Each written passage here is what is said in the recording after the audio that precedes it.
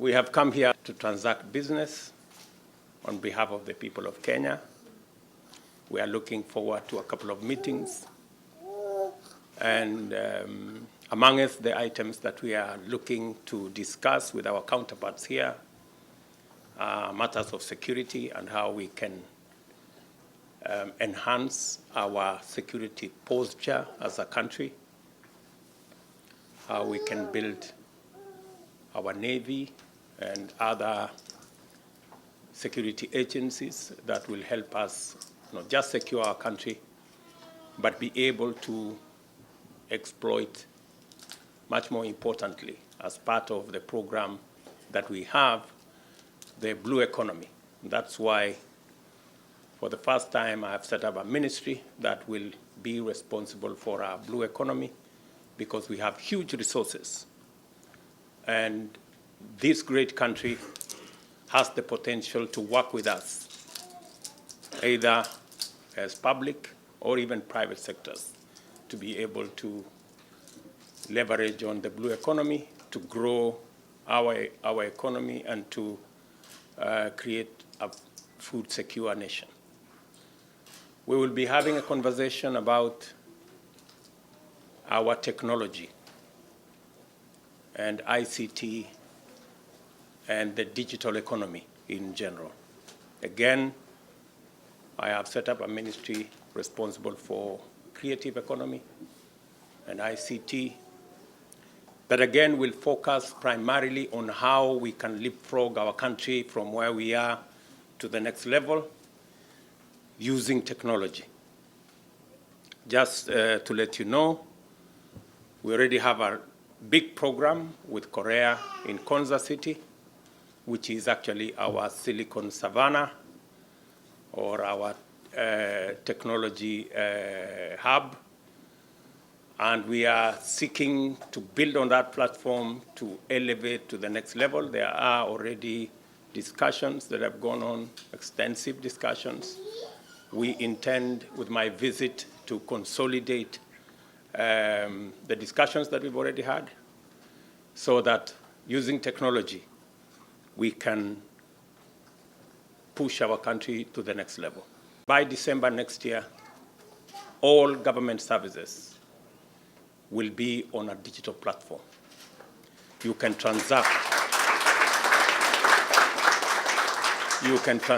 your business. You can pay for your electricity bills. You can pay for whatever you want to pay for, either for yourself or for your loved ones or your parents or your brothers or your relatives, right from wherever you are.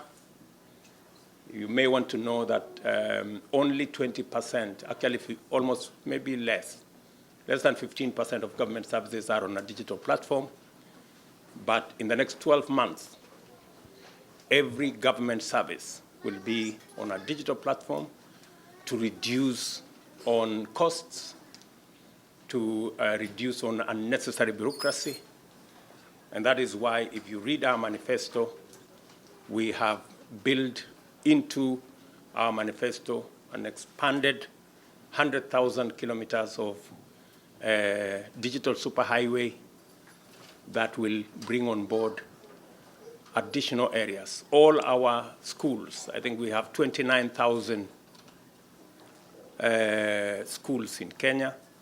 We've said every school must be connected to the internet. Every market must be connected to the internet. And we are going to work with the private sector and all the public institutions to actualize that. We have a plan on the how. And as you work hard to change your lives here, we will work hard to change Kenya, and hopefully with all of you on board. That's part of the conversation we are going to have with the good people and the government of Korea, because they already have supported us, and we've worked together on the Silicon Savannah in Konza. Kenya is a big player. You may want to know that we are probably the country in Africa that has close to 90% green energy. and we intend to take it to 100%. And we have a plan on how to leverage our position so that we can attract funds to be able to manage the damage and loss occasioned by climate change. And as you are aware, that's why we have huge drought in many parts of our country, not because of mistakes of our making, but the mistakes of others. And we had a candid discussion in Sharm el-Sheikh in Egypt on the big subject of loss and damage, which was elusive for the last almost 5 years.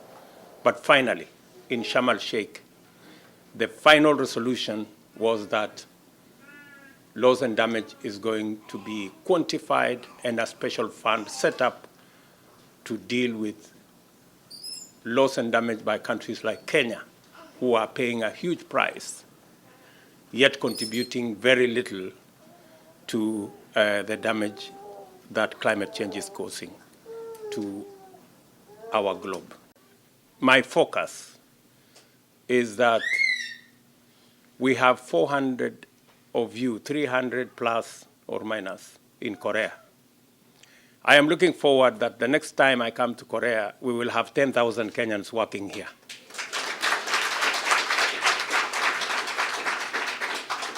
I know many of you may be planning on how to come home.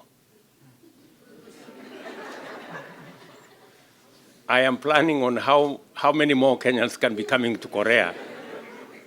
So we'll have to meet somewhere in the middle. And I think it's good for you to come home, but for holiday.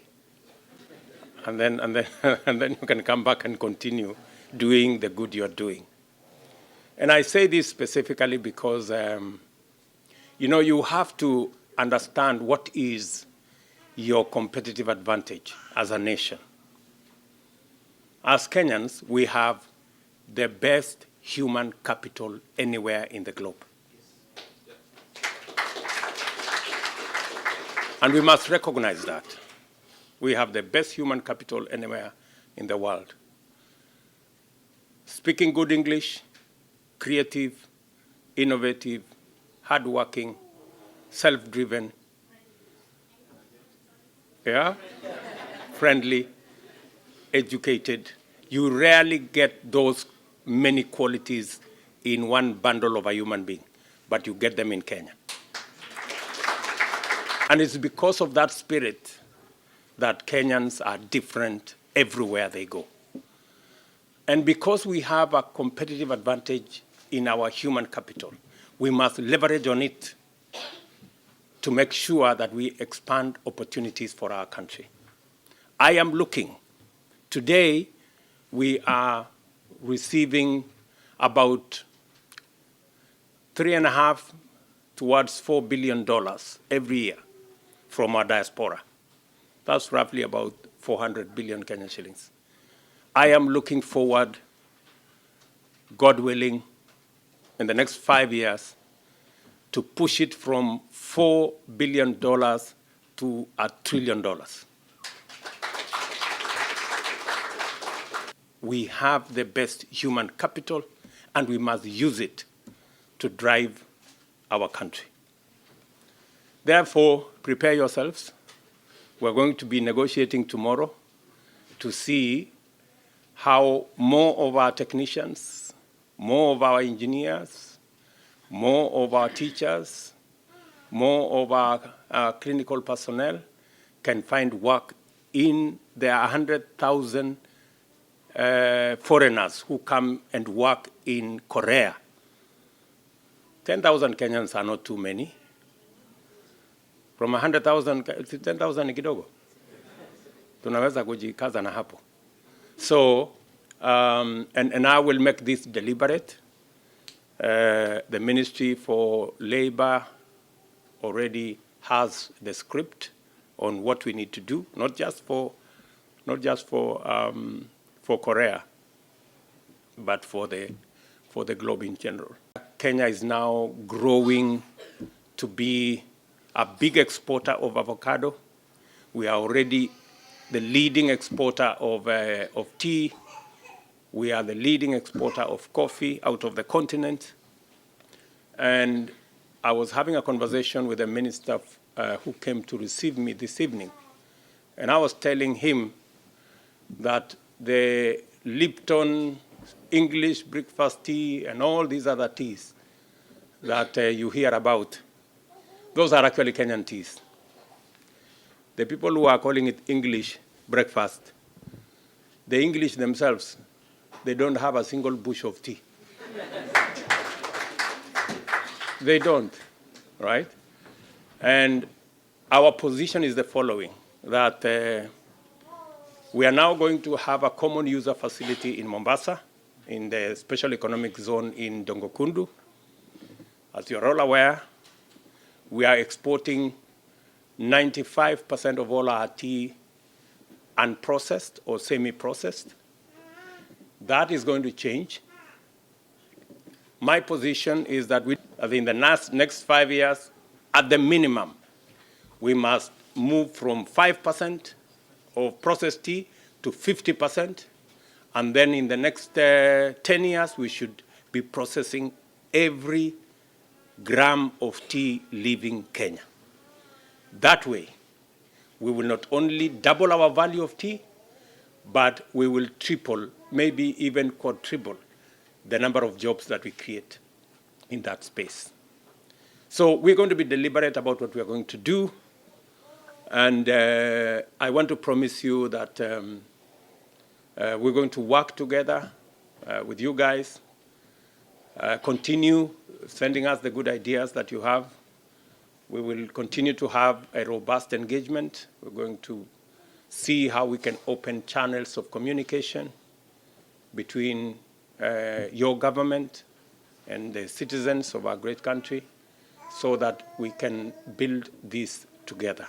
We want to set up a mechanism that is approved and understood by the government of Korea so that we can have opportunities for Kenya to work here legally, in a structured manner, because that is the relationship we want to have with the government and people of Korea. So we will work with the government here to see what opportunities of the 100,000 people who come to work in this great country, what opportunities we can secure, in what areas, in what professional areas, in what other areas we can secure for the people of Kenya who are extremely hardworking and creative and innovative people. So I don't think we will miss the opportunity to agree, because I am very confident myself about the work ethic of the people of Kenya. They have never let us down in terms of being hardworking, creative, innovative, and self-driven. We have several institutions in Kenya that we've been supported by the government here to set them up, and we even build the curriculum so that the curriculum they teach in their technical training colleges here is the same curriculum we are teaching in the colleges they are sponsoring in Kenya. And we are working with them to develop the same curriculum so that we do not necessarily have to send many Kenyans here. They can actually get the training in the institutions back at home.